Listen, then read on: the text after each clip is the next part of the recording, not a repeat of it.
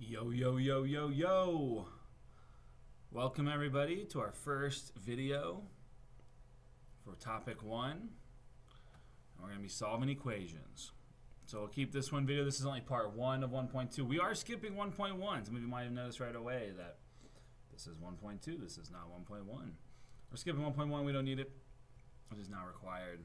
So here we are. Let's get to it. So first, we have our key terms: equivalent equations, inverse operations, isolate. These are all probably familiar, but let's get these down, please. But none of them should be anything new. Inverse operations we've learned about. Isolate. Equivalent equations are just two equations that have the same value. So let's move forward past those. So we are going to solve equations that look like this, or we're going to solve a lot of different types of equations. So one thing I want to point out is that there are always multiple ways to solve equations. There's never, I don't want to say never say never, but it's very rare there's only one possible way to solve it. There's always multiple ways. So we're going to learn how to solve this one in two different ways. I'm not going to say one's better than the other. I'm just going to say that they're different and that you get to kind of choose which way would work for you in this situation. So first, when I have an equation, so I have this 2 times x plus 4 over 3 minus 8 equals 32. So I have a fraction. A lot of people don't like fractions. So what we can do if we don't like a fraction is we can get rid of it. The way we get rid of it is we multiply by whatever's in the denominator. If there's multiple fractions, then we multiply by the lowest common multiple. Well, to get rid of this 3, if I multiply all of this fraction by 3, these cancel out. But our rules with equations is if I want to multiply by just some random number, like I just decided to multiply by 3, I have to do it to everything to maintain balance and make sure the equation stays equivalent, stays equal. So I have to multiply not just both sides by 3, but I have to multiply every single term by 3. So that's why I have to multiply this minus 8 by 3 and the 32 by 3, because all of these are part of the equation. These are all terms. So I have to multiply every piece by 3. That makes these go away because those cross simplify.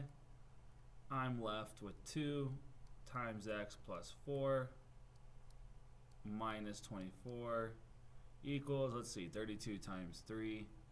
That's 96. And I apologize for my handwriting. Got to get used to writing on the slate again. Okay, so multiplied by 3 and got rid of the fraction. Now let's look at another way, another first step we could have done over here.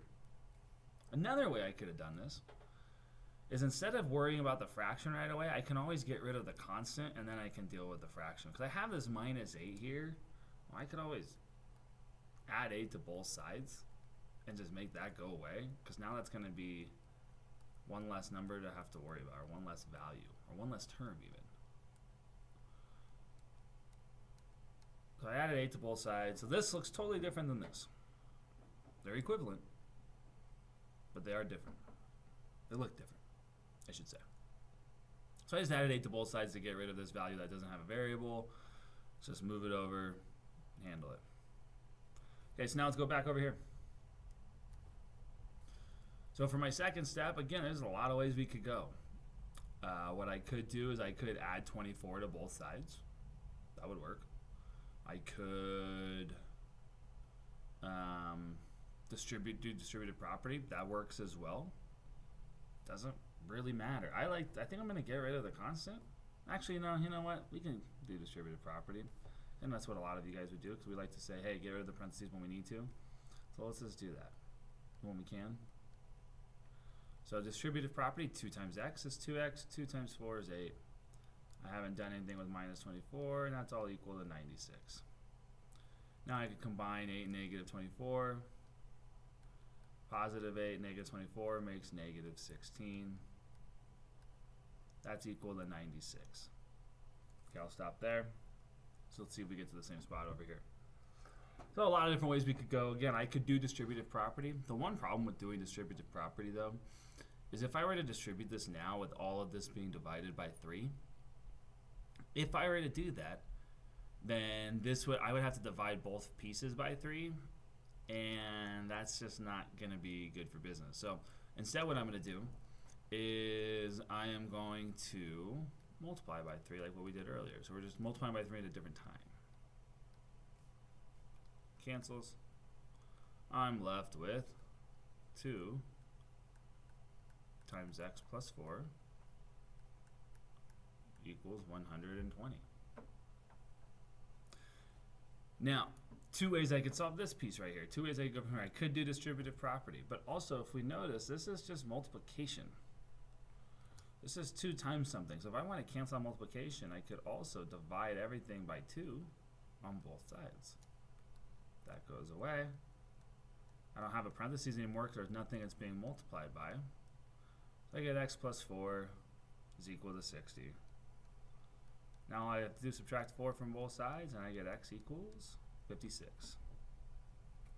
Now another way I could have done that, like I said, instead of dividing by 2 to cancel out, I could have multiplied, get 2x plus 8 equals 120, and then I could have then solved that 2-step equation. But instead I chose to divide by 2.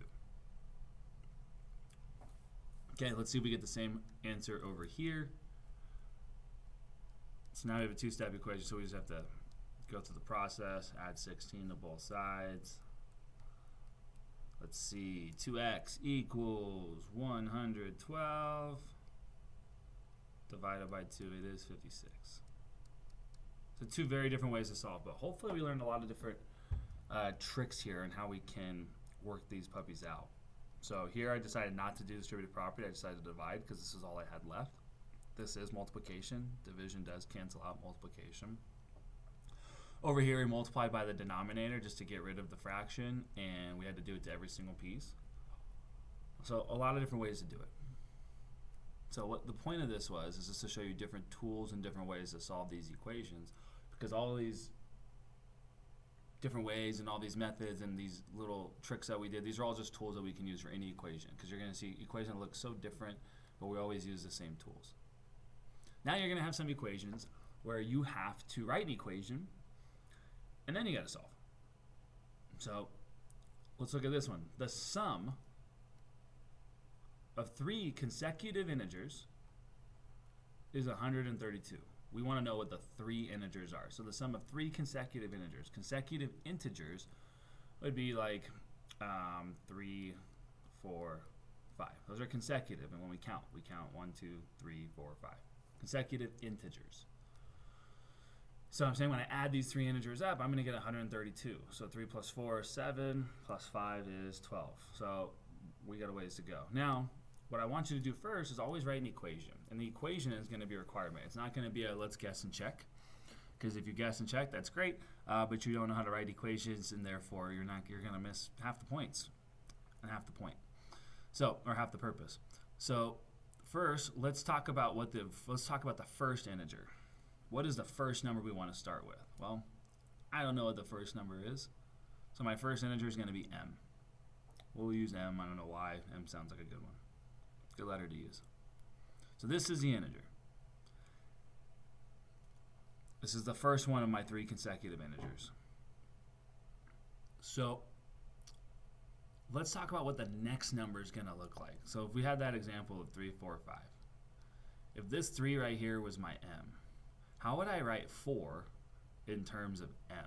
Like, how would I write this if I knew that the first number was just an m, if I didn't know exactly what it was? Well, what I know is that this next number is whatever this first number was, and what we did is we added 1 to it, right? Because 3 plus 1 equals 4. So my second number, or my second integer, is going to be whatever my original one is, plus 1. Okay, so let's say that again. So here's my first integer. Don't know what it is, so that's why I'm using a variable. Variable represents an unknown value. Well, if it's consecutive, that means the second integer has to be whatever the first one is, plus 1.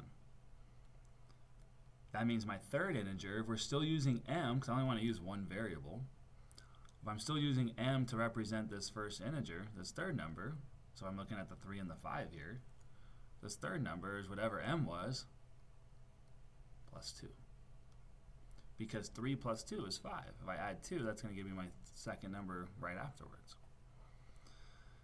So this is my first, second, and third integer. I'm taking my first integer, I'm using the letter m to represent it. The second one, because they're consecutive, I know it's just whatever this is plus 1. The third one I know is whatever this is plus 2. Well, it's asking me to add all these up, and it should equal 132. There's my equation. Now I can combine like terms and solve. 3m plus 3 equals 132, and then we just solve from here. 3m equals 129 divided by 3, and again m equals 43. Okay. Now I can check that if m is 43, the three integers are then 43, 44, and 45, because this is m. This is m plus 1, 43 plus 1, 43 plus 2 is 45. Now if I add all those up, I should get 132, and I do. All right. So this would be like a two-part question. My two parts are what's the equation, and then what are the three integers. Okay, try this one. See how you do. Try it on your own. I don't think you need me to solve this one. Try it. See what happens. So pause the video and then try it out, and then we'll check afterwards. Okay, I hope you pause and I hope you have an answer. So here, I'm going to start off with doing distributive property, because what if I look at this? I have a Q on the outside. I have a Q on the inside. Oh no! Morning, everybody. Sorry about that interruption. Okay. So if I have a Q on the outside, Q on the inside. I can't combine these yet. A lot of people say, oh, we got to combine like terms. Well, I can't do that because this 3Q isn't really a 3Q. It's being multiplied by 5. So whenever they're inside the parentheses and outside, you can't combine yet. What I need to do is I need to simplify this first, and then I can worry about combining.